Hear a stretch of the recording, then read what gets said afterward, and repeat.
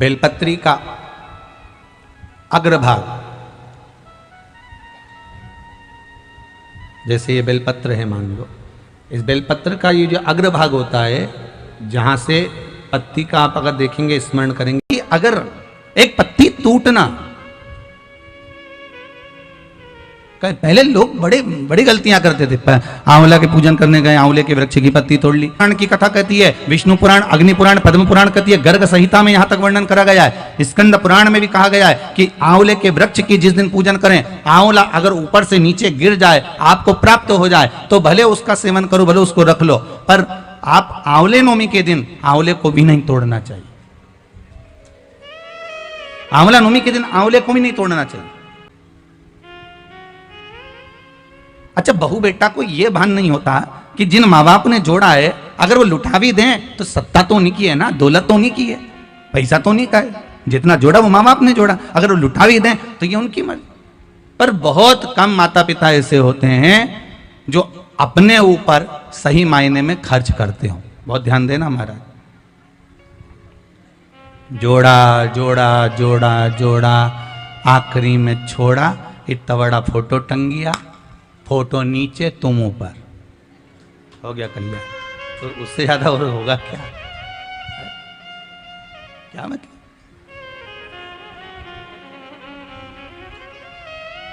और फोटो पे भी प्लास्टिक के फूल की माला, ओरिजिनल भी कोई नहीं चढ़ाता, 10 रुपए की एक आती है। कौन चढ़ाएगा 10 रुपए की एक माला?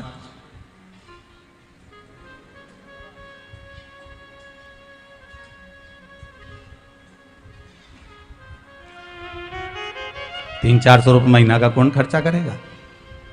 एक बार में लिया है, गया जी गए तब माँ विष्णु चरण के पास में बहुत दुकान लगी थी। कहा ये माला उतार के देता साहब, तो के 60 रुपए की है, चलेगी, प्लास्टिक की है, हाँ प्लास्टिक की है, बस धो लो, दिवाली पे फिर टांग दो, फिर धो लो, दिवाली पे फिर टांग दो। तुमने कहा पिताजी को यही माला अच्छी रहेगी हो, दादाजी चले गए ना, उनके लिए ये माला जोरदार है, उठाओ धो टांग।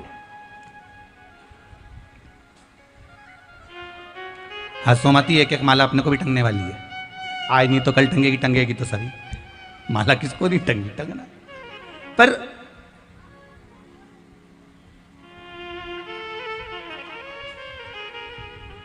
जाना तो है, पर भजन कर कर अगर जाओगे ना, तो कोई माला टांगे चाहे ना टांगे, परमात्मा जरूर माला पहनाएगा ऊपर जाते से कि मेरा अपना आया है, मेरा भगत आया है, भजन करने वाला आया है, स्मरण करने वाला आया है, मंत्र जाप करने वाला आया है, मंत्र नाम स्मरण करने वाला आया, तो परमात्मा जरूर माला टांग देगा कि ये मेरा अपना आया है, ये मेरा स्वयं का आया।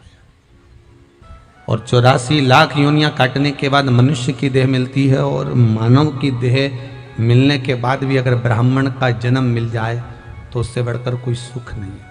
और उस ब्राह्मण के जन्म को पाने के बाद अगर आप उसको गंवा दो मदिरा पान में, मांसाहार में, वेश्यावृत्ति में, जुए में, तो ये आपका जीवन फिर वापिस नरकों से भी बदतर हो जाता है,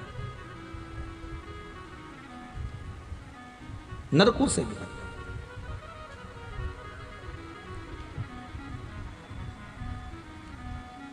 जैसे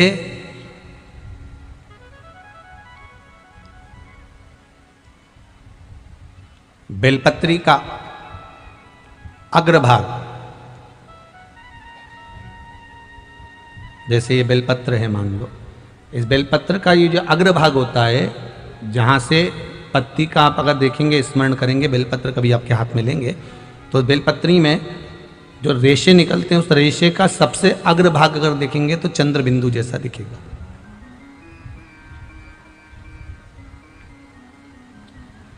अग्रभाग। जब हम शंकर भगवान को बेलपत्र समर्पित करते हैं, और समर्पित करने के बाद जैसे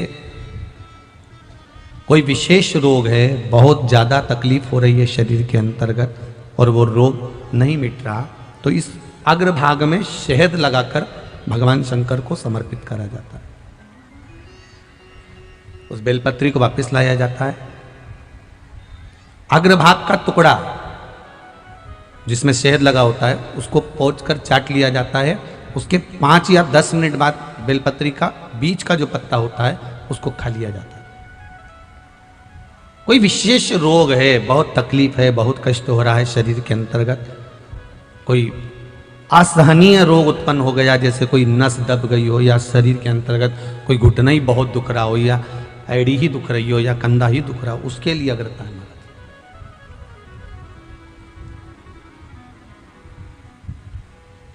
और ये कभी भी कर सकते हो आप किसी भी दिन।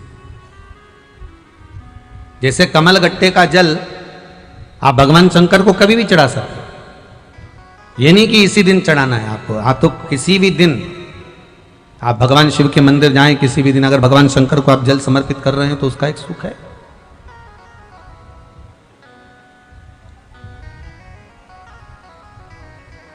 अगर व्यापार नहीं चल रहा है, आपकी दुकान व्यापार व्यवसाय बंद पड़ा हुआ है, तो आप किसी के सम्मुख में जाकर हाथ मत फैलाना कि मुझे रुपया चाहिए, मुझे पैसा चाहिए। आप तो एक कमलगट्टा पानी के जल में पात्र में डाल लीजिए और उसका जल शिव जी को चढ़ाना प्रारंभ कर दीजिए। अगर ये भी नहीं कर सकते तो कमलगट्टा शिव जी को चढ़ाकर फिर आप जल चढ़ाना प्रारंभ कर दीजिए। आपको केवल 2 हफ्ते करोगे, आपको धीरे धीरे धीरे धीरे अपने आप आपकी व्यापार, आपका व्यवसाय, आपकी दुकान स्वयं चलना प्रारंभ कर देगी। आपको किसी के आगे हाथ नहीं जोड़ना पड़ेगा कि तू मुझे रुपया दे, मुझे धन दे, तब जाकर मेरा काम होगा। शिव भक्ति में आप जो समर्पित करते हैं भगवान शंकर उसे स्वीकार करें।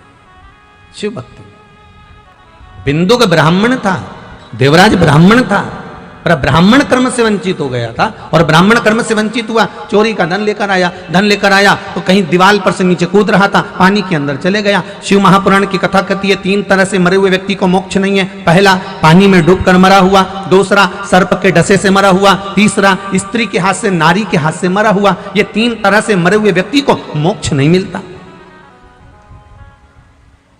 3 तरह से मरा हुआ व्यक्ति वैकुंठ नहीं जा सकता, मरने के बाद उसकी गति सुधर नहीं सकती, ये दुर्गति हो जाती। कौन कौन सा? पहला, जम के बोलो, पानी में डूबकर मरा हुआ, दूसरा सर्प के डसे से मरा हुआ, तीसरा स्त्री के हाथ से, नारी के हाथ से मरा हुआ।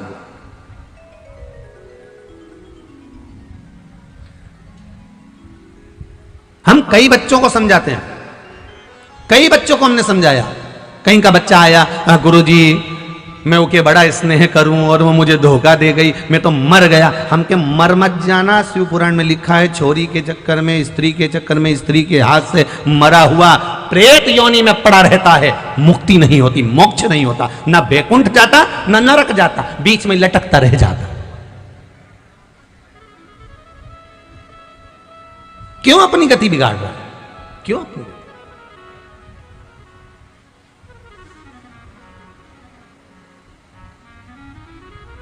महाराज फिर कहा, अब ये बिंदु पानी में डूब गया, मर गया, प्रेत योनि में पड़ गया। प्रेत योनि में पड़ गया तो इसकी गति कैसे सुधरे? धर्मपत्नी ने अंतिम संस्कार वगैरह करवाया। वो भगवान को नहीं मानती थी। नहीं होते कई लोग जो भगवान को नहीं मानते। दुनिया में सब तरह के लोग मिलेंगे, शेर घाटी में भी होंगे, ऐसे नहीं है कि नहीं होंगे। आप रोज रोज मंदिर जाओ तो दुनिया के लोग कहना चालू कर देते, अपने आप को सती सावित्री समझती है, जब देखो जब मंदिर में मिलती, इसके बाद तो कोई काम ही नहीं है, दिन भर शंकर जी भला और ये भली, और बचा कुचा था तो वो सियोर वाला महाराज 24 घंटा कुछ ना कुछ बताता ही रहेगा।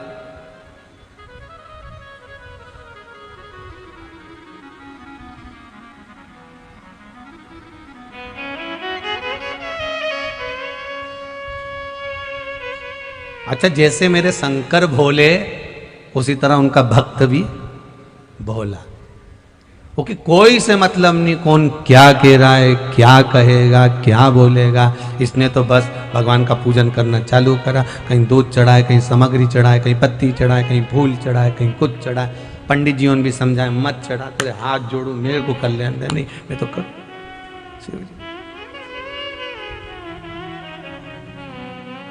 बिंदु की धर्म पत्नी शिव को, भगवान को भक्ति में कहीं डूबी नहीं थी। पति प्रेत योनि में पड़ा हुआ था।